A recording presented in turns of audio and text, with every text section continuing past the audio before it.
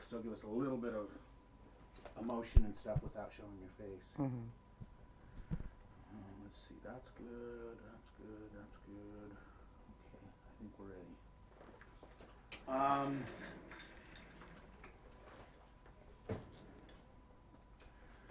So, as much as you're comfortable with, tell me a little bit about your personal experience with this. Suicide, it's funny now to look back at it because I've been able to grow and survive it.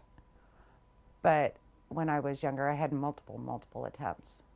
And I had a long history of abuse, and there was sexual assault as well. And it was never really dealt with. And my family has a history of depression.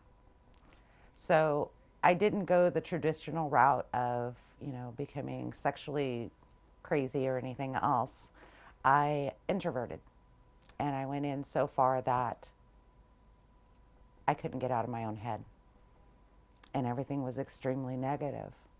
I was worthless. I was no good. There was nothing ever going to come of me. And that unbearable pain and not being able to talk about it, not being able to talk about the abuse I was going through, not really being able to talk about the sexual assault. It all built up to a point that I just felt completely empty inside. I felt like I was just a shell, and I was going to crack at any moment. And so the thought of killing myself was one that I endured on a daily basis. And I would think about it. How was I going to do it? I came up with multiple ways. The family cabinet was always filled with medications. And so my thing was I didn't want to hurt anymore. And that's a point we were just making. And I think people misunderstand that. When someone is suicidal, it's not that they want to die. It's that they just can't bear how they're living. No. Tell me about that part, if you would. Every day you wake up, and it's almost like being tortured, because the things that run through your head, the emotions that you're dealing with, fear, anxiety, loneliness because you can't talk about what's going on, becomes overwhelming and overbearing. And all you want to do is get away from it. And no matter what things you want to do to try and make things better, it doesn't seem like it's going to work. The things that you once enjoyed, you no longer enjoy. You no longer find happiness. There's nothing. And so then at that point, I'm sorry, I'm going to make one quick adjustment.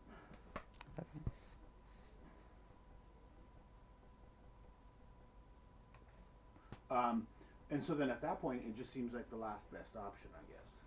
It seems like the only option, because all you want to do is stop hurting. You want to be able to laugh and actually enjoy it and not be faking it. And the only way to do that, and the only way to get rid of that pain and that agony, is to end your life. That's all you can see. There is nothing else. Was it always pills with your attempts? With my attempts, it was always pills because I didn't want to hurt anymore, and it was very easily available. Just roughly, how many attempts would you say there were? I had about 6 attempts. Okay. What was the turning point for you where you decided to, get help or? I had gone to several different doctors, different therapists, and we have this stigma of it's only one therapist can help you, only one psychiatrist, only one medication, and that's not true. The truth of the matter is we have to be our own advocates, and we have to, if a therapist isn't helping us, we have to go to a therapist that's going to, because not everybody is the same. So a lot of times we will seek one therapist and one doctor, and because they didn't work, we find that there's nothing else that's going to work for us.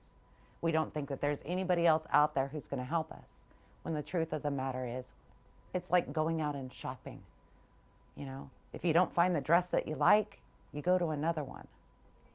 You go to another store and another store. And I was fortunate enough that I found the right person, and it took me a long time.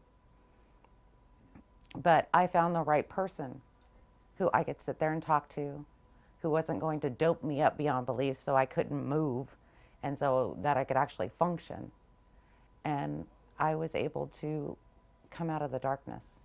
I was able to actually feel joy and no longer wear the masks of being happy and the masks of enjoying things, but actually feel.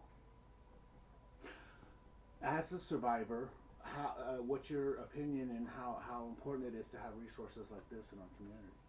It's, I can't even describe how important it is.